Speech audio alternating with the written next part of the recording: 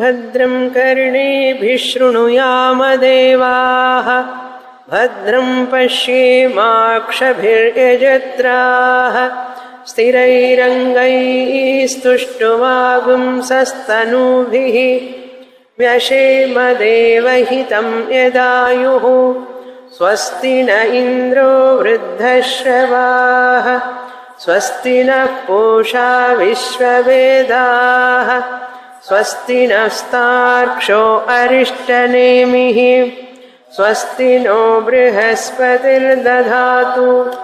ఓం శాంతి శాంతి శాంతి. క్రిందటి వారం 4వ ప్రశ్నకి సమాధానం చూశాం. 4వ శిష్యుడు 4వ ప్రశ్న అడిగినప్పుడు చివరిగా శిష్యుడు ఏమడిగాడంటే, ఈ ప్రపంచమంతా కూడా దేని మీద ఆధారపడి ఉన్నది, దేని యందు ప్రతిష్టమై ఉన్నది అని అడిగినప్పుడు పిప్పలాద మహర్షి ఆత్మయందే, తురీయ ఆత్మయందే ప్రతిష్టమై ఉన్నాయి అని చెప్పి సమాధానం ఇచ్చారు. ఈ ప్రపంచమంతా అంటే ఏమిటి అని అడిగితే ఇది త్రిపుటి అంటాం. ఈ ప్రపంచంలో త్రిపుటి ఉన్నది. త్రిపుటి అంటే ఏమిటి అంటే అనుభవించేవాడు, అనుభవింపబడే వస్తువు, అనుభవించడానికి ఉపయోగించే కరణాలు. అంటే చిత్ ప్రతిబింబ చైతన్యం లేక చిదాభాస లేక జీవ. జీవుడినైన నేను, చిత్ ప్రతిబింబమైన నేను లేక చిదాభాసుడనైన నేను ప్రపంచాన్ని అనుభవిస్తూ ఉన్నాను. ఈ కనపడే వస్తుజాలమంతా కూడా నేను చూస్తున్నాను, తెలుసుకుంటున్నాను. అలా తెలుసుకునేటప్పుడు నా పేరు ప్రమాత అని పేరు. తెలుసుకునేవాడిని ప్రమాత అంటారు. ఈ జీవుడినే ప్రమాత అంటారు. కనుక ఈ జీవుడంటే ఎవరని మనం ఎప్పుడు గుర్తుపెట్టుకోవాలి. చైతన్య ప్రతిబింబమే జీవుడు. ఆ చైతన్యాన్ని షార్ట్ ఫామ్లో ఏమన్నాం? చిత్ అన్నాం. ప్రతిబింబానికి మరొక పేరు ఆభాసం. చైతన్యానికి షార్ట్ ఫాము చెప్పాలంటే చిత్ అంటాం. ఇంగ్లీష్లో కాన్షియస్నెస్ అంటారు. ఈ చిత్తు యొక్క ప్రతిబింబం మనస్సులో ఏర్పడుతుంది. ఆ చిత్తు యొక్క ఆభాసము లేక ప్రతిబింబము మనస్సులో ఏర్పడుతుంది. మనస్సు అనేటువంటిది కరణం, ఒక ఇన్స్ట్రుమెంట్. అది ఏర్పడినప్పుడు మనసులో జీవుడు చిదాభాసం ఏర్పడి ఆ చిదాభాసమే ప్రమాత అని అంటాం. ఆభాసం అన్నా ప్రతిబింబం అన్నా ఒకటే. ఇంగ్లీష్లో రిఫ్లెక్షన్ అంటారు. అది చైతన్యం యొక్క ప్రతిబింబం కనుక ఇంగ్లీష్లో రిఫ్లెక్టెడ్ కాన్షియస్నెస్ అంటారు. ఇంగ్లీష్లో షార్ట్ ఫామ్లో చెప్పాలంటే ఆర్సి అంటారు, రిఫ్లెక్టెడ్ కాన్షియస్నెస్.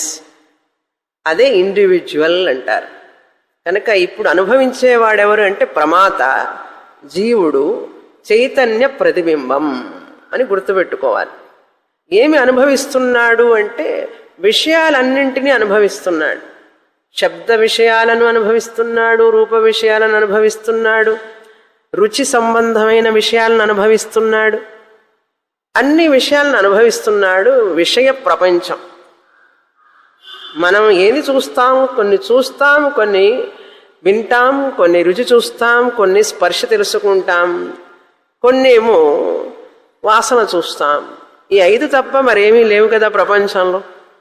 మీరు ఏది అనుభవానికి వచ్చినా కూడా ఈ 5 ఒక దానిలోకి వస్తుంది. ఇది కాకుండా వేరే 6వది ఏమీ లేదు. వినడం అన్నా చెయ్యాలి, చూడడం అన్నా చూడాలి, వాసనన్నా చూస్తాం, రుచి అన్నా చూస్తాం, మనసు ద్వారా తెలుసుకుంటూ ఉంటాం. ఏమి తెలుసుకుంటాం? శబ్దం తెలుసుకుంటాం, రూపం తెలుసుకుంటాం, రుచి తెలుసుకుంటాం. ఈ పనులన్నీ ఉదయం నుంచి సాయంత్రం దాకా, రాత్రి దాకా, నిద్రపోయేదాకా మనం చేస్తూనే ఉంటాం. అప్పుడు మన పేరు ఏమిటి? ప్రమాత అని పేరు. ఏం తెలుసుకుంటున్నాడో దాని పేరు ప్రమేయం అని అర్థం. తెలుసుకోబడే వస్తువు పేరు ప్రమేయం. వేదాంతంలో వాటికి టెక్నికల్ టర్మ్స్ అంటారు, పారిభాషిక పదాలు. ప్రతి సైన్స్కి వాటి పారిభాషిక పదాలు ఉన్నట్లుగా వేదాంతానికి కూడా వాటి పారిభాషిక పదం ఉంటుంది. కనుక ఈ తెలుసుకోబడేదేమో ప్రమేయం, తెలుసుకునేవాడేమో ప్రమాత. తెలుసుకోబడేది, తెలుసుకునేవాడు దేని ద్వారా తెలుసుకుంటున్నాడు అనేది ఒకటి కావాలి కదా. మీరు ఇంటి దగ్గర నుంచి క్లాసుకు వచ్చారు. ఎలా వచ్చారు? 11 నెంబర్ బస్సులో వచ్చుంటారు కొంతమంది, కొంతమంది కారులో వచ్చుంటారు, కొంతమంది ఆటోలో వచ్చుంటారు, కొంతమంది ఏమో సైకిల్ మీద వచ్చుంటారు, కొంతమంది మోటార్ సైకిల్ మీద వచ్చుంటారు. విమానంలో ఎవరు రాలేదనుకుంటాను. 11 నెంబర్ బస్ అంటే 2 కాళ్ళు, పక్కనే ఉన్నవాళ్ళు 11 నెంబర్ బస్సు నడిచి వస్తారు. అది సాధనం, కరణం మనకు. అదేవిధంగా ప్రమాత ప్రమేయాన్ని తెలుసుకోవాలంటే మధ్యలో ఒకటి ఉండాలి, మనస్సు. ఆ మనస్సు అనేది కూడా అనుభవించడానికి ఉపయోగపడే కారణం. అన్ని మనసు ద్వారానే కదా తెలుసుకుంటున్నాం. కనుక ఈ యొక్క ప్రమాత, ప్రమేయం, ప్రమాణం ఇవన్నీ కూడా ఆత్మ మీదనే ఆధారపడి ఉన్నాయి, తురీయ ఆత్మ మీదనే ఆధారపడి ఉన్నాయి. ఈ తురీయ ఆత్మ చైతన్యం అనేటువంటిది ప్రమాత, ప్రమాణం, ప్రమేయముల కంటే భిన్నమైనటువంటిది, విలక్షణమైనటువంటిది అని ఇక్కడ మనకు చివరి ప్రశ్న చెప్పారు, ఆన్సర్ చెప్పారు మనకు పిప్పలాద మహర్షి. దీన్ని కైవల్యోపనిషత్తులో చక్కగా చెప్పబడింది మంత్రంలో. త్రిషు ధామసు యద్భోగ్యం, భోక్త, ఈ 3 వస్తాయి అన్నమాట అందులో. భోక్త భోగస్య యద్భవేత్ తేభ్యో విలక్షణ సాక్షి చిన్మాత్రోహం సదాశివః. త్రిషు ధామసు, 3 అవస్థల యందు, జాగ్రత్త అవస్థ, స్వప్నావస్థ, సుషుప్తి అవస్థ. త్రిషు ధామసు, ఏదేదైతే అనుభవిస్తున్నామో మనం, యత్ భోగ్యం భోక్త, ఇవన్నీ కూడా భోగస్య, ఏవైతే ఉన్నాయో ఇవన్నీ కూడా వీటికి విలక్షణుడైనటువంటి సాక్షిని నేను. అహం చిన్మాత్రః. జాగ్రత్తని తెలుసుకుంటున్నాను, స్వప్నాన్ని తెలుసుకుంటున్నాను, సుషుప్తిలో నిద్రలో నాకేమీ తెలియదని తెలుసుకుంటున్నాను. నిద్ర లేచిన తర్వాత ఏం చెప్తున్నాం? హాయిగా నిద్రపోయినానండి, నాకేమీ తెలియలేదు అని తెలుసుకుంటున్నామా లేదా? నిద్ర లేచిన తర్వాత చెప్తున్నామా లేదా? కనుక 3 అవస్థలను తెలుసుకుంటున్నవాడిని నేను, సాక్షి చైతన్యాన్ని, చిన్మాత్రః, విలక్షణః, వీటన్నిటికీ విలక్షణుణ్ణి అని చెప్పి వేరైన వాడిని అని చెప్పింది మంత్రం. దాని తర్వాత మంత్రమే మయ్యేవ సకలం జాతం మయి సర్వం ప్రతిష్ఠితం మయి సర్వం లయం యాతి అని చెప్తుంది మంత్రం. అన్నీ నా నుంచే పుట్టినయి, నా వలననే ఉంటున్నాయి, నాలోనే కలిసిపోతాయి. ఎలాగైతే కుండ మట్టి నుంచే వచ్చింది, మట్టి వలననే ఉంటున్నది, మళ్ళీ మట్టిలోనే కలిసిపోతుంది. అదేవిధంగా అన్నీ ఆత్మ నుంచే ఉద్భవిస్తాయి, ఆత్మ వలననే ఉంటాయి, ఆత్మలోనే లీనమైపోతాయి అని చెప్పారు పిప్పలాద మహర్షి. క్రిందటి 4వ ప్రశ్నలో నిద్ర గురించి చెప్పారు, స్వప్నాన్ని గురించి చెప్పారు, తురీయ ఆత్మ గురించి చివరిగా చెప్పారు. అందరికీ తురీయ ఆత్మ అర్థం కాదు కదండి, చాలా కష్టం కదా. ఎంతో ఉత్తమ అధికారి అయితే, సాధన చతుష్టయ సంపత్తి ఉంటే, పూర్వజన్మ పుణ్యం ఉంటే, బుద్ధి కుశలత ఉంటే, శ్రద్ధాభక్తి ఉంటే వాళ్లకు మాత్రమే ఈ తురీయ ఆత్మ అర్థమవుతుంది, కానీ అందరికీ అర్థం కాదు కదా. మరి వాళ్ళందరి సంగతి ఏమిటి, వాళ్ళ గతి ఏమిటి అంటే వాళ్ళకి కూడా మార్గం చెప్పాలి కదా. మరి మధ్యమ అధికారి, మందధికారులకు కూడా మార్గం చెప్పాలి కదా. ఈ జ్ఞానాన్ని పొందడానికి ఒక సాధనాన్ని ఇవ్వాలి వాళ్ళకని చెప్పి ఇప్పుడు 5వ ప్రశ్నలో ఓంకార ధ్యానాన్ని గురించి చెప్తున్నారు పిప్పలాద మహర్షి. 5వ శిష్యుడు వస్తాడు, వచ్చి ప్రశ్న వేస్తున్నాడు పిప్పలాద మహర్షిని. ఈ మంత్రం చదువుతాం. 71వ పేజీ 1వ మంత్రం. అథ హైనం శైభ్యః సత్యకామః పప్రచ్ఛ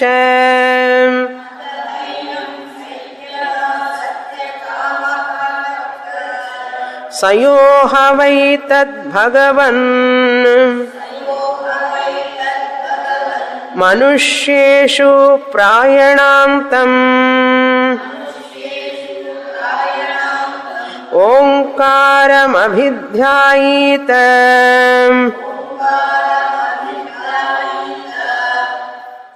కతమం వావసః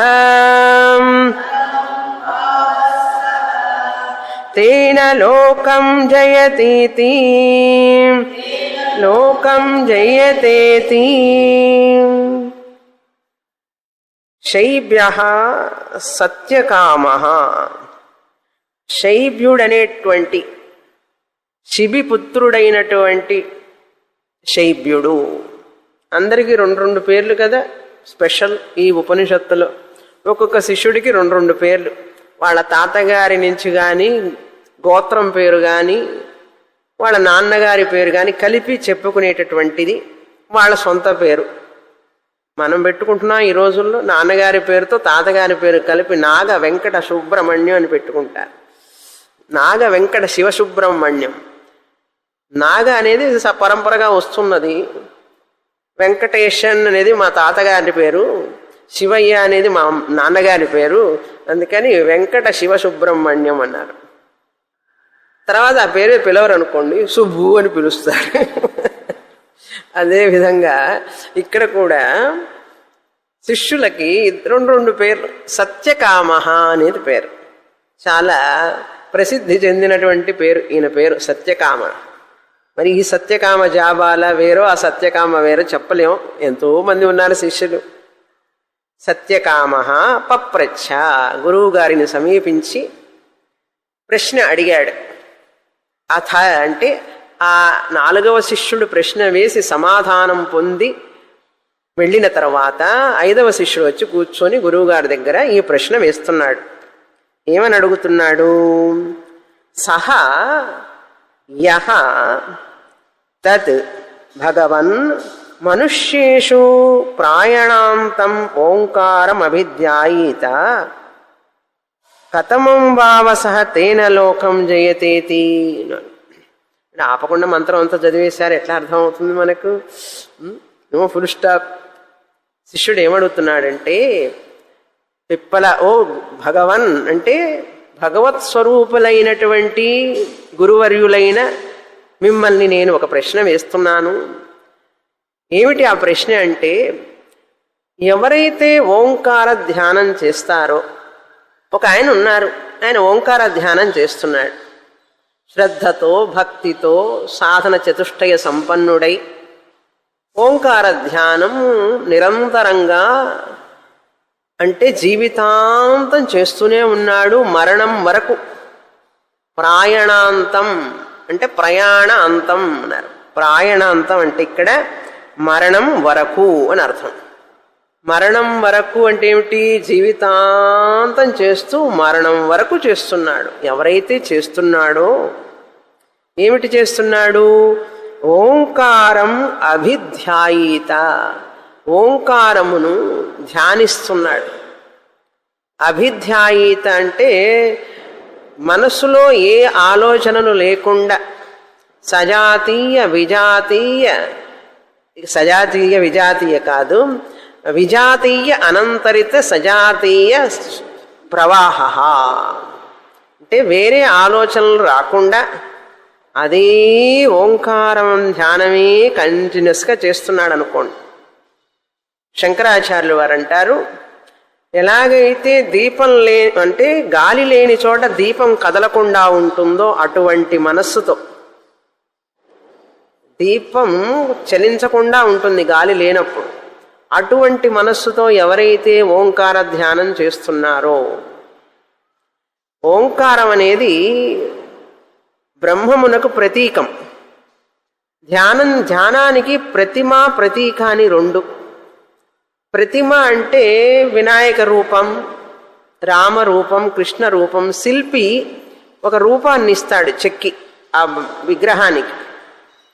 దాన్ని ప్రతిమ అంటారు. కళ్ళు, ముక్కు, చెవులు, కాళ్ళు అన్నీ ఉంటే, రూపం ఉంటే దాన్ని ప్రతిమ అంటారు. అలా ముక్కు, కాళ్ళు, కళ్ళు, చెవులు లేకుండా ఒక చిహ్నం గనక, గుర్తు గనక పెట్టుకుంటే అది ప్రతీకం అంటారు. ప్రతిమ, ప్రతీకం.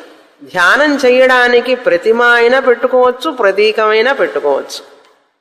ఇప్పుడు మనం వినాయక చవితికి వినాయకుడిని అవయవ రూపంలో మనం పూజ చేస్తాం. అది ప్రతిమా ధ్యానం అంటాం. ప్రతిమా పూజ, ప్రతిమా ధ్యానం. మన వైదిక సంప్రదాయంలో ప్రతిమా ధ్యానం ఉన్నది, ప్రతీక ధ్యానం కూడా ఉన్నది. ప్రతీకం అంటే శివలింగం ప్రతీకం, శివుడికి ప్రతీకం శివలింగం. శాలిగ్రామం విష్ణువుకి ప్రతీకం. దీపం, జ్యోతి దేవికి ప్రతీకం, అమ్మవారికి దీపం ప్రతీకం. అదేవిధంగా ఓంకారానికి, పరబ్రహ్మానికి ప్రతీకం ఓంకారం. ఓంకారం అనేది చిహ్నం. మనం తెలుగులో చిహ్నం అంటాం. చిహ్నం అని పలకకూడదు, చిహ్నం అనాలి.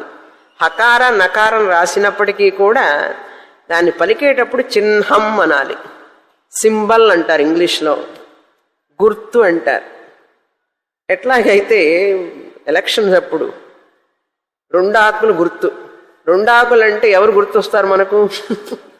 అమ్మగారు గుర్తొస్తారు, జయలలిత అమ్మగారు. ఆమెకి ప్రతీకం 2 ఆకులు, రెట్టయలై అంటారు. ఉదయించే సూర్యుడు ఆ పార్టీకి చిహ్నం, అందుకే వాటిని చిహ్నం అంటారు, చూసారా? అదేవిధంగా మనకి ఏమిటి ఇప్పుడు ఇక్కడ విషయం అంటే, ఓంకారం పరబ్రహ్మమునకు చిహ్నం, ప్రతీకం. ఏకరూపం ప్రతిమాలతో ధ్యానం చేయడం అయిన తర్వాత, కొంతకాలం తర్వాత మనిషికి బాగా పరిపక్వత వచ్చినప్పుడు, మానసిక పరిపక్వత, ఆ వ్యక్తి ఓంకారాన్ని కూడా ధ్యానించవచ్చు. అందుకని అందరూ శివలింగాన్ని, శాలిగ్రామాన్ని మీద ధ్యానం చేయలేరు. విష్ణు రూపం మీద, శివ రూపం మీద చేయగలిగినంత తేలికగా శివలింగం మీద, విష్ణు శాలిగ్రామం మీద, దీపం మీద ధ్యానం చేయడం కష్టం. అందుకనే మన వాళ్ళు ఏక రూపం ఇస్తారు. మొదట పిల్లవాడికి 3 కాళ్ళ బండి ఇచ్చినట్టు నడవడానికి, అదేవిధంగా ఏక రూపాన్ని ఇస్తారు. రూపం ధ్యానం చెయ్యాలి కొంతకాలం. అలా చేసిన తర్వాత మనస్సు బాగా ఏకాగ్రత వచ్చినప్పుడు చిహ్నానికి వెళ్ళాలి. కానీ నేరుగా శివలింగ ధ్యానము, శాలిగ్రామం మీద ధ్యానం చేయలేం. అవి సింబల్స్ అన్నమాట. దానికి కొంత పరిపక్వత కావాలి మనిషికి. అందుకని మొదట ధ్యానం చేసేటప్పుడు ఓం రామాయ నమః, కృష్ణాయ నమః అనే జపం చెప్తాం. ఓంకార జపం చెప్పం. ఓంకార జపం నిలవాలి అంటే దానికి ఈ నామజపం చాలా సంవత్సరాలు చేసిన వాళ్లకు మాత్రమే ఓంకార జపం నిలుస్తుంది, ఏకాగ్రత దొరుకుతుంది. అందుకని మెట్టుగా వెళ్ళాలి. ఎల్కేజీ, యూకేజీ, ఫస్ట్ స్టాండర్డ్ చదవకుండా 5th స్టాండర్డ్ ఎట్లా చదువుతావు? 5th స్టాండర్డ్ 10th స్టాండర్డ్ చదవకుండా కాలేజీకి వెళ్ళలేవు కదా. అందుకని ధ్యానం చేసేటప్పుడు రకరకాల ధ్యానాలు చెప్తున్నారు. పాపం ఎక్కడ పట్టినా ధ్యానం సెంటర్లు. ఇక్కడ కూడా ఒక సెంటర్ ఉంది. ఏం ధ్యానం చెప్తున్నామయ్యా అంటే, వైదికంగా వేదాల్లో చెప్పని ధ్యానం చెప్పడం స్టైల్. ఇప్పుడు వేదాలలో చెప్పనటువంటిది ఏది చెప్తే అది మోడర్న్. అందుకని మేమంతా ఆర్థడాక్స్ కాదండి, మేమంతా స్టైల్గా మోడర్న్గా చెప్తాం. ఏం చెప్తామని అంటే, నీ గాలిని చూసుకుంటూ ఉండంటాడు అంతే. లేకపోతే అక్కడ శూన్యాన్ని చూడమంటాడు. రకరకాల ధ్యానాలు చెప్తున్నారు. ఒక్కటి తప్ప, వైదిక ధ్యానం తప్ప అన్ని ధ్యానాలు చెప్తారు. వైదిక ధ్యానం చెయ్యాలంటే దానికి కొంత జ్ఞానం కావాలి. అవి చెప్పడానికి ఏ జ్ఞానం అక్కర్లేదు. నీ మనసుకి ఏది బుద్ధి పుడితే ఇంకొకటి చెప్తారు, నీకు మనసులో ఏదనిపిస్తే దాని మీద ధ్యానం చేయి అంటాడు. నాకేం వస్తుందంటే ఆ చింపాంజీ జ్ఞాపకం వస్తూ ఉంటుంది. ఆ చింపాంజీ మనసులో వస్తే చింపాంజీ మీద ధ్యానం చేస్తామా? చెయ్యం కదా. నీకు మనసులో ఏది మంచిగా అనిపిస్తే అది ధ్యానం చేయి. మంచిగా అనిపించేది నాకు తెలియాలి కదా. కనుక ధ్యానం చేయడానికి మనకు గురువు కావాలి, దానికి ఒక పద్ధతి కావాలి, ఒక సిస్టమ్ ఉండాలి. అందుకని వైదిక ధ్యానం అనేది మనకు శాస్త్రం మీద ఆధారపడినటువంటిది వైదిక ధ్యానం. ఏకరూప ధ్యానం, విశ్వరూప ధ్యానం, అరూప ధ్యానం, ప్రతిమా ధ్యానం, ప్రతీక ధ్యానం. ఇక గురువు లేకుండా ధ్యానం చెయ్యకూడదు. గురువు దగ్గర అనేక సంవత్సరాలు ఆ ధ్యానం పద్ధతి నేర్చుకోవాలి. ఈ ఓంకార ధ్యానం అనేటువంటిది ఇప్పుడు మనకి ఇక్కడ విషయం, తెలుసుకోవలసిన విషయం. ప్రతీక ధ్యానం ఎందుకు చెప్పాను ఇదంతా అంటే, ధ్యానం అంటే ఏమిటి, ఏ విధంగా ఉంటుంది, ప్రతిమా ధ్యానం, ప్రతీక ధ్యానం అని మనం దేని మీద ధ్యానం చెయ్యాలి ఆ విషయమే ఇక్కడ ధ్యేయం అంటాం. ధ్యాత, ధ్యానం చేసేవాడు ధ్యాత. ధ్యానం చేసేవాడు దేని మీద ధ్యానం చేస్తున్నాడో అది ధ్యేయం. ఇంగ్లీష్లో ఆబ్జెక్ట్ ఆఫ్ మెడిటేషన్ అంటారు. ఈ ఆబ్జెక్ట్ ఆఫ్ మెడిటేషన్ ఎవరు చేయాలి? సబ్జెక్ట్, ధ్యాత చేస్తాడు. తురీయ ఆత్మ మనం మాండూక్యోపనిషత్తులో చూసాం. ప్రథమ పాద స్థూల దేహాభిమాని విశ్వ.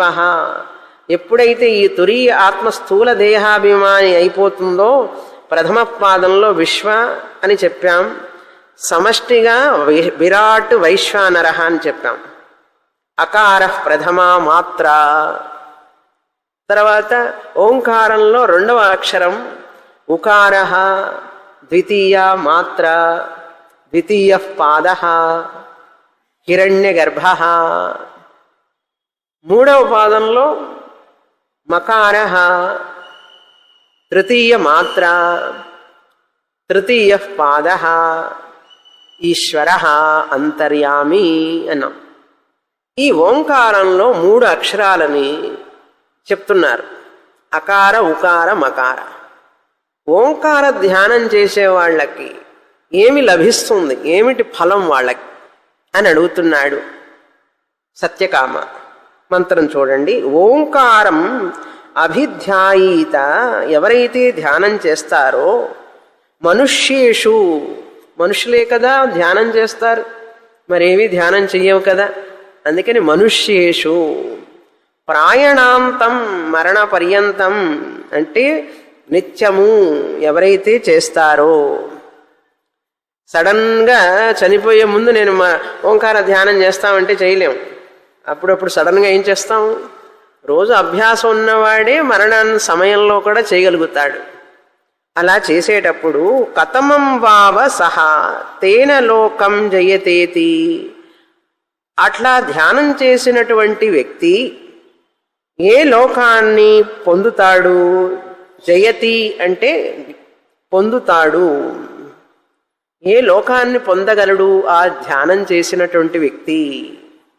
ఇది అని అడుగుతున్నాడు. ఎవరు? సత్యకాముడు. ఎవరిని అడుగుతున్నాడు? పిప్పలాదుణ్ణి. ఓంకార ధ్యానం చేసేటటువంటి వ్యక్తి ఏ లోకాలను పొందుతాడు అంటే ఎటువంటి ప్రయోజనాన్ని పొందుతాడు అని ప్రశ్న. నహి కళ్యాణకృత్ కశ్చిత్ దుర్గతిం తాత గచ్చతి అన్నాడు. మంచి పని చేసేవాడెప్పుడు దుర్గతిని పొందడు కదా, కృష్ణ పరమాత్మ చెప్పాడు. ఓంకార ధ్యానం చేసేవాడు తప్పకుండా సద్గతినే పొందుతాడు. ఆ సద్గతి అంటే ఏమిటి అనేది 2వ మంత్రం నుంచి పిప్పలాద మహర్షి ఫలితాన్ని చెప్పబోతున్నారు. ఆ ఓంకార ధ్యాన ఫలితాన్ని ఎలా చెప్పబోతున్నారంటే దాని యొక్క సారాంశం చెప్తాను. ఈ యొక్క 5వ ప్రశ్న సమాధానం సారాంశం చెప్తాను. అకారం మాత్రమే ధ్యానం చేస్తే అది ఓంకారంలో ఒక అక్షరమే.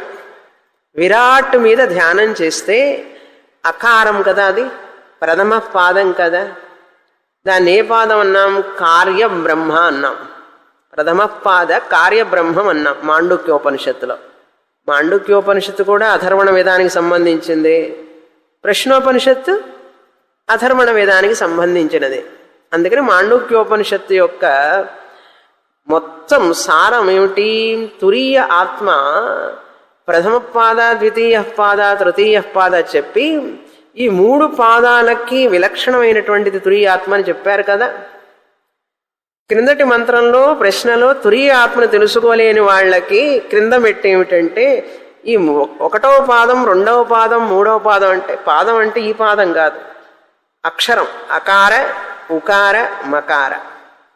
ఈ చాప్టర్ వింటే మీకు తెలుస్తుంది నేను ఎందుకు అకార ఉకార మీ చేత చెప్పిస్తున్నాను ప్రతి క్లాసులో. అకారం అనేటువంటిది ఉకారం లేని మకారం లేనిది కదా ధ్యానం. అకారం మీదనే నేను చేశాను అనుకోండి, మనస్సు ఆ శబ్దం మీదనే ధ్యానం చేస్తూ ఉన్నది. అది అకారం అనేటువంటిది పూర్తిగా లేదు, ఓంకారం లేదు అందులో. దాన్ని సకలం అనం, వికలం అంటాం. అది సకలం కాదు, వికలం. అప్పుడు అది ఏ ధ్యానం అవుతుంది? వికల ధ్యానం అవుతుంది. అకారం ఏ పాదానికి చెందినది? ప్రథమ పాదానికి చెందినది. ప్రథమ పాదానికి చెందినటువంటి స్థూల శరీరాభిమాని ఎవరు? విశ్వ. సమష్టి ఎవరు? వైశ్వానర. కనుక వైశ్వానర ధ్యానం చేస్తే ఏ ఫలితం వస్తుంది అని చెప్పి ఒక మంత్రంలో చెప్తారు. 2వ మంత్రంలో, 3వ మంత్రంలో ఎవరైనా ఉకారం మీదనే ధ్యానం చేస్తే, ద్వితీయ పాదం మీదనే ధ్యానం చేస్తే, లేక హిరణ్య గర్భుడి మీద ధ్యానం చేస్తే ఏం ఫలితం పొందుతారు అనేది తర్వాత మంత్రంలో వస్తుంది. అదేవిధంగా మకారం ధ్యానం చేస్తే ఏ ఫలితం వస్తుంది అనేది తర్వాత మంత్రంలో వస్తుంది. ఈ విధంగా చెప్పుకుంటూ వెళతారు.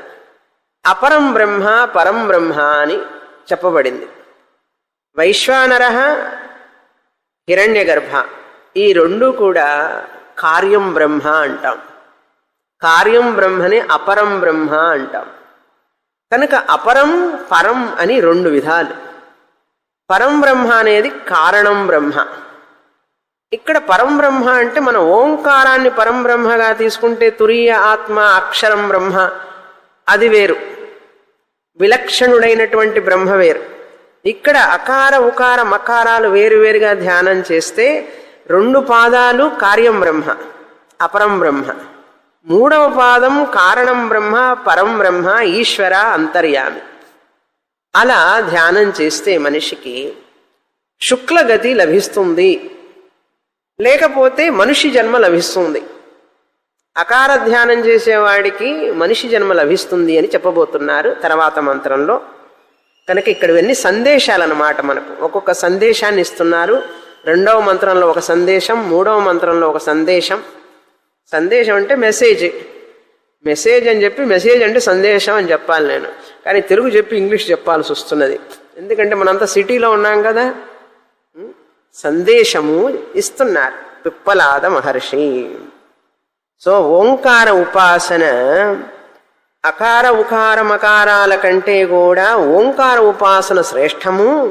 అది చెయ్యడం వల్లనే మనిషికి ఉన్నతమైన ఫలితం లభిస్తుందని చెప్పడానికి ఈ అకార ఉకార మకారాలు ప్రవేశపెడుతున్నారు ఈ ధ్యానాన్ని. అందుకని ఇది ధ్యానం టాపిక్ అన్నమాట ఇక్కడ వచ్చేదంతా కూడా. 2వ మంత్రం చదువుతాం. ఏతద్వై సత్యకామ పరం చాపరం చ బ్రహ్మ యదోంకారః తస్మాత్ విద్వాన్ ఏతేనైవ ఆయతనేన ఏకతరమన్వేతి. అయతనేన అన్నట్లున్నది కదా ప్రింటింగ్, ఆయతనేన అని ఉండాలి. ఏతద్ వై సత్యకామ ఇది చదవాల మనం. తస్మై సహోవాచ చిన్న అక్షరాల్లో ఉంది అది అక్కడ పైన. తస్మై సహోవాచ, తస్మై ఆ సత్యకాముడికి, తస్మై సహా పిప్పలాద మహర్షి ఉవాచ సమాధానం ఇచ్చారు, బదులిచ్చారు. ఏమిటి అది అంటే ఈ విధంగా. ఏతద్వై సత్యకామ, ఓ సత్యకామ, ఏతద్వై ఇదే కదా ఓంకార ధ్యానం అంటే, ఇదే కదా ప్రసిద్ధి అని అర్థం. వై అంటే ప్రసిద్ధి. ఏతద్వై ఈ విధమైనటువంటిదే ఇది పరంచ అపరంచ. అపరం అంటే సాధారణమైనటువంటిది, కార్యం బ్రహ్మ, అనిత్యం అని అర్థం. ఏ అకార ఉకారాలు కార్యం బ్రహ్మ ధ్యానం చేస్తే అనిత్య ఫలం దొరుకుతుందో అది అపరం. అపరం అంటే ఏమిటి? పరం కానిది అపరం. పరం అంటే ఉన్నతం, ఉన్నతం కానిది అపరం. అంటే పరం కంటే ఒక మెట్టు తక్కువ, అది అపరం. నా పరం అపరం. అపరంచ పరంచ, ఉన్నతమైనటువంటిది దానికంటే తక్కువైనటువంటిది అని చెప్తున్నారు. పరంచ అపరంచ బ్రహ్మ యత్ ఓంకార. బ్రహ్మమే ఓంకార ప్రతీకంగా అపరం బ్రహ్మని పరం బ్రహ్మని రెండు విధాలుగా చెప్పబడుతున్నది. పరం బ్రహ్మ ఓంకారం పరం బ్రహ్మగా అపరం బ్రహ్మగా చెప్పుకోవచ్చు అంటున్నారు. ఒకే ఓంకారం అపరం బ్రహ్మ పరం బ్రహ్మ ఎట్లా అవుతుందండి అంటే, ఓంకారంలో 3 అక్షరాలు ఉన్నాయి. మొదటి 2 అక్షరములు అపరం బ్రహ్మగా చూసుకుంటే 3వ అక్షరం పరం బ్రహ్మగా చెప్పుకోవచ్చు అన్నారు. ఆ ఓంకారం పరం బ్రహ్మం అనేది మనం చెప్పేటటువంటిది అక్షరం తురీయ ఆత్మ కాదు. ఇక్కడ ధ్యాన విషయం. ఇక్కడ ఈశ్వర 3వ పాదం ప్రాజ్ఞ వ్యష్టిలో, ఈశ్వర అంతర్యామి సమష్టిలో. జీవుడు ఎవరి మీద ధ్యానం చేస్తాడు? ఈశ్వరుడి మీద ధ్యానం చేస్తాడు. ఈశ్వర ధ్యానానికి ముందు విరాట్ ధ్యానం చేశాడు అనుకోండి, వైశ్వానర ధ్యానం చేస్తే అది అకారంతో సమానం. ఒక్క పాదం అనమాట. 3 పాదాలైతే ఒక పాదం మీద ధ్యానం చేస్తున్నట్టు. చాలా కొంచెం అనమాట విషయం అక్కడ. అపరంచ పరంచ యద్ ఓంకార తస్మాత్ విద్వాన్. విద్వాన్ అంటే ఇక్కడ ఓంకార ఉపాసన చేసేటటువంటి ఉపాసకుడు అని అర్థం. విద్వాన్ ఉపాసకుడు. కొన్ని పుస్తకాల్లో జ్ఞాని అని రాస్తారు, అందుకని ట్రాన్స్లేషన్ చదువుతుంటే మనకు అసలు తెలియదు. శంకరాచార్యుల వారి భాష్యానికి మళ్ళీ భాష్యం అలా చదివితే తప్ప అసలు అర్థం తెలియదు. కమెంటరీ రాసేటప్పుడు కొన్ని పదాలు మనకు వాళ్ళకి తెలిసి ఉండొచ్చు, కమెంటరీ రాసే వాళ్ళకి అర్థం రాస్తారు, మనకు తెలియదు కదా. మరొక పుస్తకంలో జ్ఞాని అని రాశారు. విద్వాన్ అంటే ఉపాసకుడు జ్ఞాని ఎట్లా అవుతాడు? కానీ జ్ఞాని అంటే ఉపాసనా జ్ఞాని అని తీసుకోవాలి. ఎలా తీసుకుంటాం? తీసుకోలేం కదా. ఆయన రాసే ఆయనకి తెలుస్తుంది ఉపాసకుడు అంటే ఇక్కడ జ్ఞాని అంటే ఉపాసన చేసేటటువంటి జ్ఞానం కలిగిన వాడు. అందరికీ తెలియదు కదా. అందుకనే ట్రాన్స్లేషన్స్ చదవకూడదు, గురువు గారు చెప్పిందే తెలుసుకోవాలి.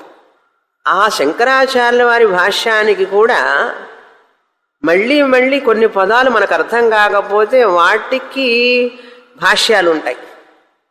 ఆనందగిరి రాశారు, శంకర భాష్యానికి వివరం ఆయన రాస్తారు.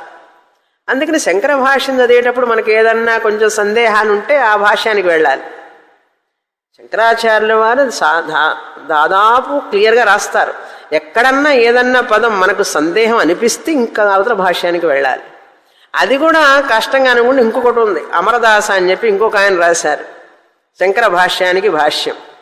ఆయనది చదువుకోవాలి. ఇట్లా ఎన్నో చూసుకొని మనకు కరెక్ట్ అయిన అర్థానికి రావాలి. అలా వచ్చిన తర్వాత గురువుగారు చెప్పాలి. అలా చెప్పినప్పుడు మనకు అర్థం కావాలి. అప్పుడే సరియైన జ్ఞానం. అర్థమైంది కదా. అందుకని ప్రజల మనస్సులోకి సరి అయిన అర్థాన్ని అందజేయడం అనేటువంటిది అంత తేలిక కాదు, చాలా కష్టం.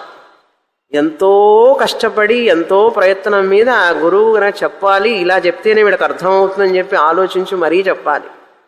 ఇందులో కొంచెం మహాత్ముడని రాశారు. ఎవరు ఉపాసకుడని రాయడంలా. మహాత్ముడు అంటే మనకేమర్థమవుతుంది? ఎలా మహాత్ముడు? మనందరినీ మహాత్ములే అంటుంటాం, ఎక్కడ పట్టినా మహాత్ములే కదా. మహాత్ముడు అని రాస్తారు, జ్ఞాని అని రాస్తారు.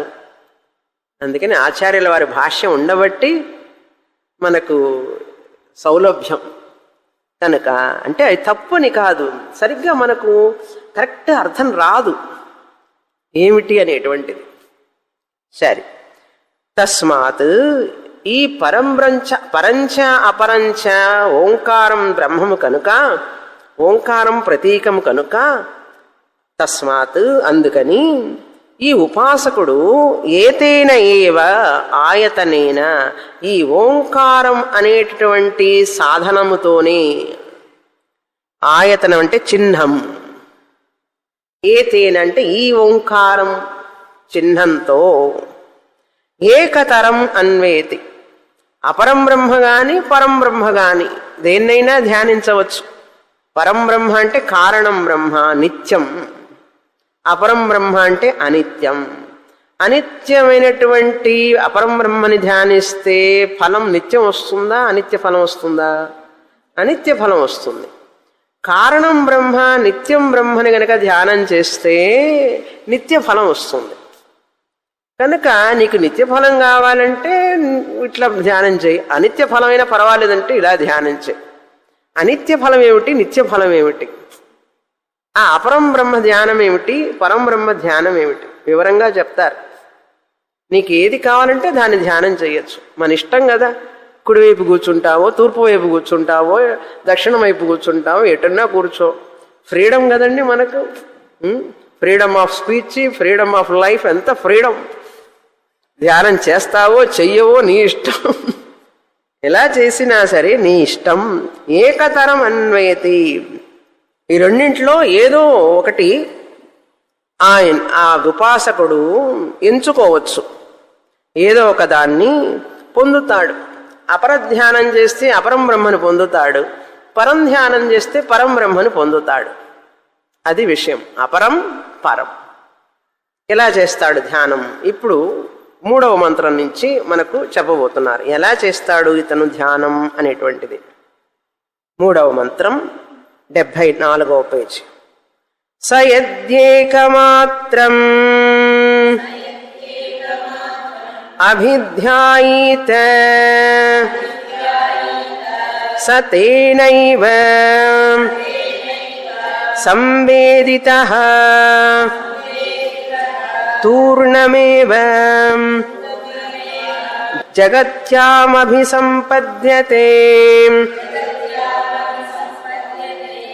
తన్రుచో మనుష్యలోకం ఉపనయంతే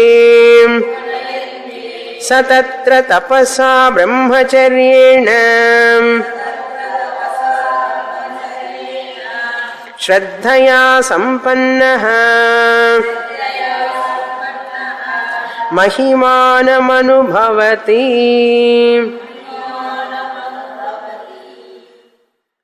అభిధ్యాయీత అని సత్యకామ ఒక పదాన్ని ప్రయోగించాడు ప్రశ్నలో. అభిధ్యాయీత అనే దానికి శంకరాచార్యుల వారు వివరణ రాస్తారు. ఏమనంటే, ఎవరైతే సత్యాన్ని పలుకుతాడో, ఎవరైతే బ్రహ్మచర్యాన్ని పాటిస్తూ ఉంటాడో, ఎవరైతే అహింసని పాటిస్తూ ఉంటాడో, అపరిగ్రహాన్ని పాటిస్తూ ఉంటాడో, యమనియమాలన్నమాట. సన్యాసం అంటే వైరాగ్యంతో దేని మీద, ఈ ప్రాపంచికమైనటువంటి అనిత్యమైన వాటి మీద కోరికలు లేకుండా సన్యాసిలాగా జీవిస్తూ ఉంటాడో, అదేవిధంగా సంతోషంతో ఎవరైతే ఉంటాడో, మనసా వాచా కర్మణ శుభ్రంగా ఉంటాడో, శుద్ధంగా ఉంటాడో, మాయికం లేకుండా, కపటం లేకుండా, కల్లా కపటం లేకుండా ఎవరైతే ఉండి, ఈ విధంగా ఉండి ఎవరైతే ఓంకార ధ్యానం చేస్తాడో, ఇవి ఇందులో ఏ ఒక్కటి లేకపోయినా ఓంకారం ధ్యానం చేసినా ఫలితం లేదు. అది ఆచార్యుల వారి యొక్క కమెంటరీ అపాన్ వన్ వర్డ్ అభిధ్యాయీత. కేవల కర్మ మాత్రమే కాకుండా ఉపాసనతో కూడినటువంటి ధ్యానం అంటాం ఇక్కడ. అలా ఎవరైతే చేస్తారో, మనం చూసాం కదా, ఉపాసకుడు 8వ అధ్యాయంలో చూసాం భగవద్గీతలో. ఉపాసకుడి యొక్క ప్రాణం బ్రహ్మరంధ్రం గుండా వెళుతుందని. ఈ రోజుకి కూడా జనం నమ్మకం ఏమిటంటే, ఉపాసకుడు యొక్క కపాలం అంటే సుషుమ్న నాడి ద్వారా ప్రాణాన్ని వదిలితే ఇక్కడ చిట్లుతుంది, చిట్లి రక్తం వస్తుంది వాళ్ళకి. వస్తే అప్పుడు ఈయన ఉపాసకుడు ఇందులో నుంచి పైకి వెళ్ళాడు అని, బ్రహ్మరంధ్రం ద్వారా బ్రహ్మలోకానికి వెళ్ళాడు అనేటటువంటి ఒక ఆలోచన ఉన్నది అందరికీ సమాజంలో. పునర్జన్మ అనేది ఒకటి ఉన్నదని చెప్పి చాలామంది నమ్ముతారు కదా. మళ్ళీ ఏమై పుడతామో ఏమో అని చెప్పి ఒక భయం ఉంటుంది ఎప్పుడు అందరికీ. వచ్చే జన్మ ఏమొస్తుందో ఏమంటే కుక్కలు పిల్లులు నలులన్నీ చూస్తున్నాం కదా చుట్టూ, మన చుట్టూ ఇన్ని రకాలు ఉన్నాయి, అమ్మో ఇలాగ పుడతామో ఏమో భయం, ఒక ఆందోళన ఉంటుంది పునర్జన్మ గురించి చాలామందికి. అందుకని పునర్జన్మ గురించి ఆందోళన భయం ఉన్న వాళ్ళకి వాళ్ళు ఏం చేస్తుందంటే ప్రాణం పోయేటప్పుడు ఈ ఉపాసకుడికేమో ఇట్లా పోతుంది. ఇలా గనక పోకపోతే కొబ్బరికాయ కూడా కొడతారట. కొబ్బరికాయ కొడితే చిట్లుతుంది కదా, ఆ చిట్లితే తప్పకుండా ఇంటించే పోతాడు జీవుడు అని చెప్పి చాలామంది కొబ్బరికాయ కొడతారు తల మీద. అలా కొట్టిన తర్వాత బ్రహ్మలోకానికి ఏం పోడు. నువ్వు కొబ్బరికాయ కొట్టి బ్రహ్మరంధ్రాన్ని ఓపెన్ చేస్తే రక్తం వస్తే ఉపాసకుడు అక్కడికి పోతాడనేది భ్రమ. అట్లా ఏం పోడు. అలాగైతే అందరికి పగలగొడితే అందరికి పోతుంది, ఇంక ఉపాసన ఎవడు చేస్తాడు అప్పుడు? అలా కాదు. అదొక విషయం. మరొక విషయం ఏమిటంటే ఈ ఉపాసన చెయ్యని వాళ్ళకి ఏమిటంటే జీవితం ఏదో విధంగా జీవిస్తూ ఉంటారు, రకరకాలుగా జీవిస్తూ ఉంటారు. ఒక నియమం ఉండదు, అనుష్ఠానం ఉండదు, కల్లా కపటం లేకుండా జీవించడం, శుద్ధంగా జీవించడం అనేది ఉండదు, స్వార్థం చింతనతో ఉంటారు వాళ్ళు. అలా జీవించే వాళ్ళకి ఏమిటంటే పునర్జన్మ గురించి భయం ఉంటుంది. ఏమై పుడతాను నేను, నెక్స్ట్ జన్మ ఏమొస్తుందని చెప్పి ఆ భయం ఉన్న వాళ్ళకి ఏమవుతుందో తెలుసా? ఆ మరణించేటప్పుడు ఈ ప్రాణం ఎటు పోవాలని చెప్పి పరిగెడుతుంటుందిట. ఏ సందు దొరికితే ఆ సందు, మనం అపాయంలో ఉన్నప్పుడు ఏ సందు దొరికితే ఆ సందులోకి పోతుంటాను చూసారా? ప్రాణం రక్షించుకోవాలి, ముందు బయటపడాలి అని చెప్పి ఏ సందు దొరికితే ఆ సందులోకి పోయినట్లుగా ఈ జీవుడు కూడా ఏ సందు దొరికితే ఆ సందులో పరిగెట్టడానికి ప్రయత్నం చేస్తాట మరణ సమయంలో. ఏ రంధ్రం, నవరంధ్రాలు ఉన్నాయి కదా, ఏ సందు దొరికితే ఆ సందులో పోవడానికి ప్రయత్నం చేస్తాట. గందరగోళం అనమాట, కన్ఫ్యూషన్. అదే ఉపాసకుడికి అయితే భయం ఉండదు. నిశ్చయంగా నేను ఆ లోకాన్నే పొందుతాననేటువంటి ఒక నిశ్చయం ఉంటుంది, ధైర్యం ఉంటుంది. మిగతా వాళ్లకు ఉండదు అట్లా. కనుక ఈ ఉపాసకుడు ఈ బ్రహ్మరంధ్రం ద్వారా వెళ్తాడనేటువంటిది ఒక నానుడి. అలా వెళ్ళడానికి శుక్ల కృష్ణే గతిర్హేతే జగతిర్శాశ్వతే మతే అని చెప్పి కృష్ణ పరమాత్మ 8వ అధ్యాయంలో చెప్పాడు. ఉపాసకుడు శుక్లగతి ద్వారా బ్రహ్మలోకానికి వెళతాడు అని. అక్కడికి వెళ్ళి క్రమముక్తి పొందుతాడు. క్రమముక్తి ఎలా పొందుతాడు? అక్కడ బ్రహ్మ దగ్గర కూర్చొని మళ్ళీ ప్రశ్నోపనిషత్తు చదువుతాడు. ఇక్కడి క్లాసుకు రాలేదు కదా, అందుకని అక్కడికి వెళ్ళి అక్కడ చదువుతాడు. అక్కడ చదివిన తర్వాత కొంతకాలానికి జ్ఞానం వస్తుంది, క్రమముక్తిని పొందుతాడు. అలా ఎవరికి పొందుతారంటే ఆ ఉపాసన, ఓంకార ఉపాసన చేసినవాడు. కానీ ఇక్కడ ఒక వ్యక్తి అకారం మాత్రమే, ఏకమాత్రం అన్నారు, అంటే ఏకాక్షరం, ఏకమాత్రం అభిధ్యాయీత సహా, ఆ ఉపాసకుడు ఎవరు? అకార ప్రధానం ధ్యానం చేసేవాడు. ఓంకారంలోని అకారం మీద మాత్రమే, ఓంకారంలో ఉన్నటువంటి అకారం మీద మాత్రమే ధ్యానం చేసేటటువంటి ఉపాసకుడు. ఏకమాత్రం అంటే ఒక అక్షరం మీద మాత్రమే ధ్యానం చేసి అభిధ్యాయీత చేస్తాడో సహా తేనైవ సంవేదితః,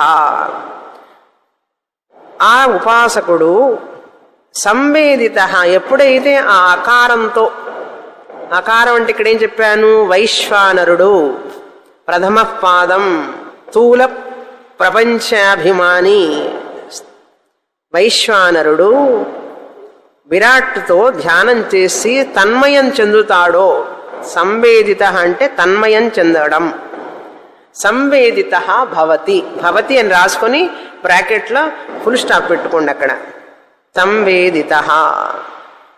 తర్వాత తూర్ణమేవ జగత్యాం అభిసంపద్యతే, తూర్ణం వెంటనే, త్వరగా, సత్వరమే, ఆలస్యం లేకుండా అని అర్థం. ఆలస్యం కాకుండా జగత్యాం అభిసంపద్యతే, మళ్ళీ ఈ భూమి మీదికే వస్తాడు, మనుష్యలోకానికే వస్తాడు అని అర్థం. మనుష్యలోకానికి భూలోకానికే వస్తాడు. అతల వితల సుతల పాతాల తలాతలకు వెళ్లకుండా మళ్ళీ మనుష్యలోకానికే వస్తాడు అని అర్థం. అకారం మీద ధ్యానం చేస్తేనే మీకు మనుష్య జన్మ గ్యారెంటీ. అది విషయం ఇక్కడ. స్వామిని నెక్స్ట్ జన్మ మనిషి జన్మ వస్తుందంటారా అంటే ఏం పర్వాలేదు, అకారం మీద ధ్యానం చెయ్యి. అందుకని క్లాసులో ప్రతి క్లాసులో అని చెప్పి అకారం మీద ధ్యానం చేస్తున్నాం. వస్తే కనీసం మనిషి జన్మైనా వస్తుంది, లేకపోతే మీకు కాదండి, మీ అందరికీ సద్యోముక్తి. మనకు కాదు ఈ టాపిక్, ఇది ఎవరికో. మనకేమిటి, మనకు ముక్తి ఇక్కడే, సద్యోముక్తి, జీవన్ముక్తి. అజ్ఞానులకు మాత్రమే, ఉపాసకులకు మాత్రమే ఊర్ధ్వగతి లేక మనుష్య జన్మ. ఉపాసకులకి అధోగతి ఉండదు, ఎన్నటికీ ఉపాసకుడికి అధోగతి ఉండనే ఉండదు. అక్షరం మీద ధ్యానం చేసిన వాడికి మళ్ళీ మనిషి జన్మ. జగత్యాం అభిసంపద్యతే, ఈ భూలోకానికి వస్తాడు అని ఎవరు చెప్పారు? తన్ రుచః మనుష్యలోకం ఉపనయంతే. ఆ ఋగ్ దేవతలు ఉన్నారు చూసారా, ఈ అకారం అనేది ఋగ్వేదంతో సమానం. అకారం ఋగ్వేదం, ఉకారం యజుర్వేదం, మకారం సామవేదం. కనుక ఋగ్ దేవతలు ఎలాగైతే మాండుక్యోపనిషత్తులో అకారం జాగ్రత్త అవస్థ అని చెప్పాం, ఉకారం స్వప్నావస్థని చెప్పాం, మకారం సుషుప్తి అవస్థని చెప్పాం.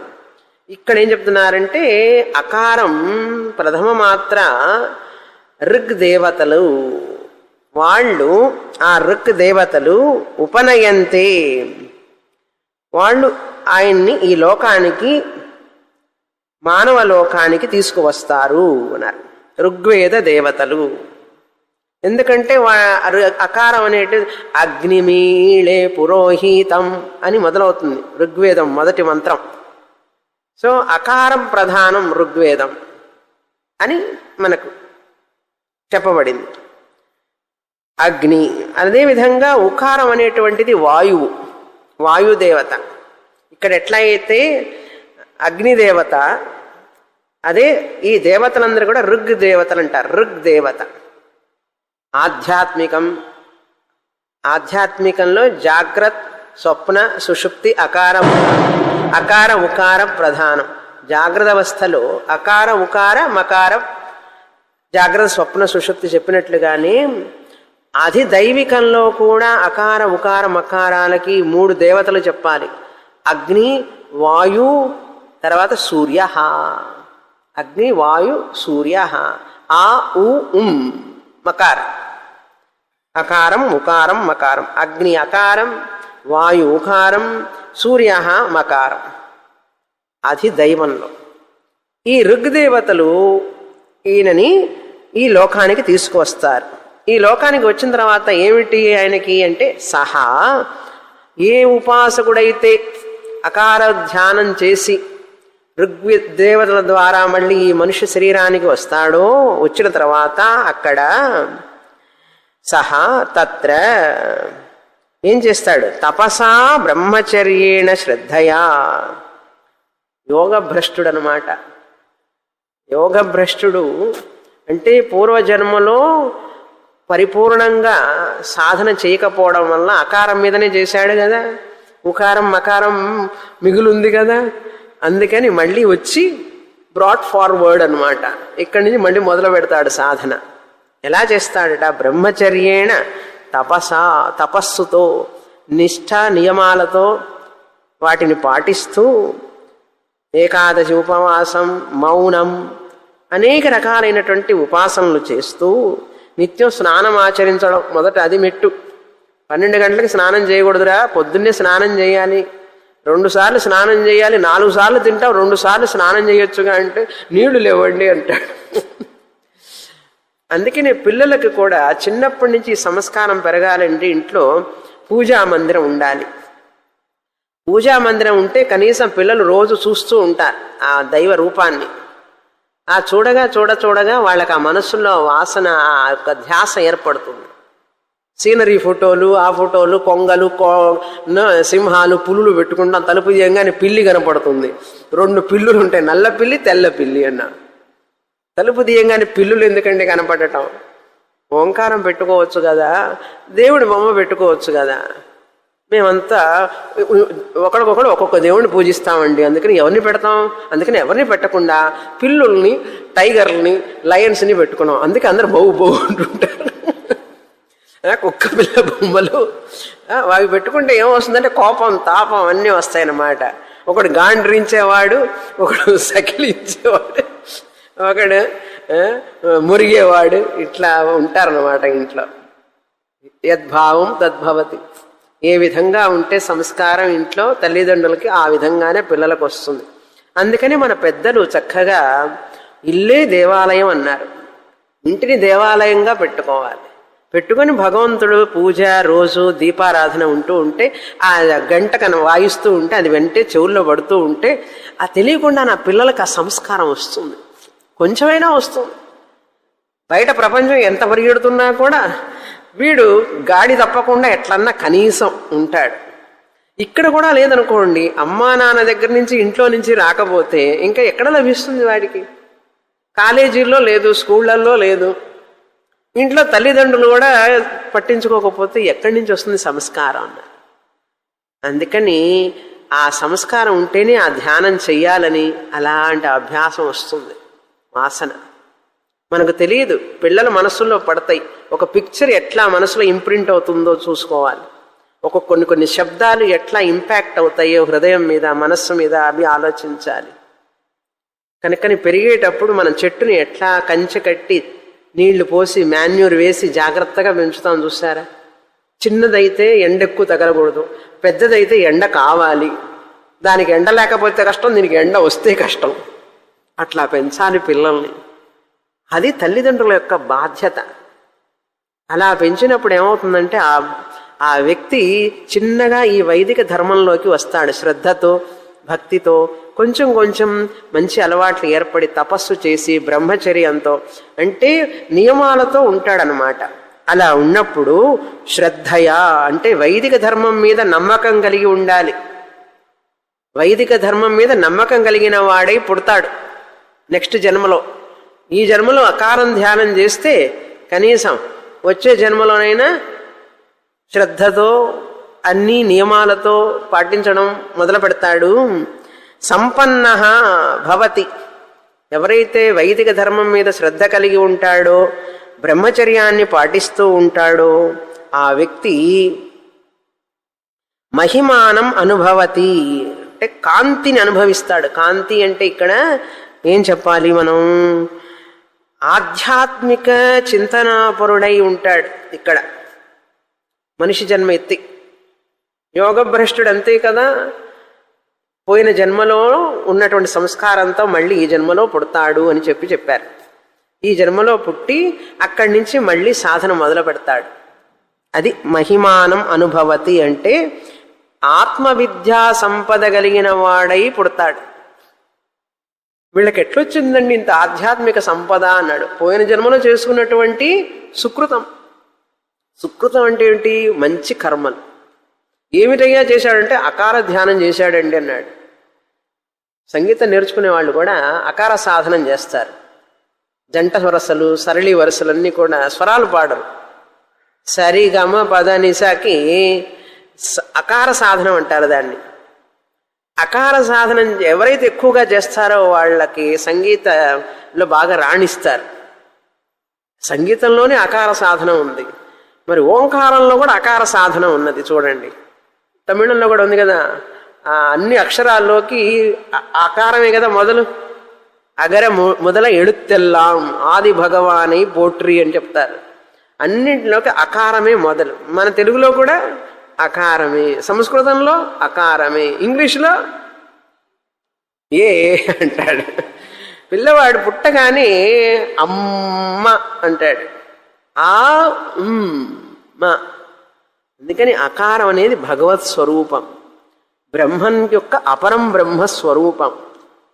అపరం బ్రహ్మస్వరూపం గనుక ఆ అకారం ధ్యానం చేయడం వలన నెక్స్ట్ జన్మలో మనిషిగా పుట్టాడు. బల్లి నల్లి కాకుండా మనిషి జన్మగానే పుట్టాడు. నెక్స్ట్ జన్మ మనిషి జన్మ గ్యారెంటీ కావాలంటే ఒక్కటే మార్గం, అకారం ఉపాసన. మేమంతా అది చేస్తాం స్వామిని. ఎట్లా జీవన్ముక్తి వస్తుందో రాదో కానీ అకార ధ్యానం అన్నా చేస్తాం అని అంటారా? ఎందుకంటే ఎంత గురువు చెప్పినా కూడా నా స్టూడెంట్స్ అందరికీ కూడా జీవన్ముక్తి వస్తుంది, మీరందరూ ముక్తినే పొందుతారు, మీకు గతి ఉండదు, ఊర్ధ్వగతి శుక్లగతి కృష్ణగతులు ఉండవని గురువు చెప్పినా కూడా పాపం గురువుకి ఏం తెలుసు, మనం ఎక్కడున్నామో ఆయనకేం తెలుసు అని చెప్పి శిష్యుడే అట్లా తక్కువగా అంచనా వేసుకుంటూ ఉంటాడు. అలా అంచనా వేసుకుంటే మనం మోక్షాన్ని పొందలేం. నచికేతుడు అనుకున్నట్లుగా అనుకోవాలి, నేను ఉత్తమమైన శిష్యుణ్ణి, బహూనామేమి ప్రథమ అని చెప్పి అనుకొని నేను పొందుతాను అనేటువంటి ఇది రావాలి. ఇది ఉపాసకులకి, మందబుద్ధి కలవాళ్ళకి ఈ ధ్యానాలు ఇవన్నీ కూడా అవసరం. అసలు లేని దానికంటే కొంచెం మంచిది కదా ఇది అని మనం తెలుసుకోవాలి. అది అభిధ్యాయిత, ఎవరైతే చేస్తారో మహిమానం అనుభవతి అని చెప్పారు. తర్వాత ఉకార ధ్యానం వస్తుంది, అది వచ్చే వారం చూస్తాం. పూర్ణమదః పూర్ణమిదం పూర్ణాత్ పూర్ణముదచ్యతే పూర్ణస్య పూర్ణమాదాయ పూర్ణమేవావశిష్యతే. ఓం శాంతి శాంతి శాంతి. హరి ఓం. శ్రీ గురుభ్యో నమః. హరి ఓం.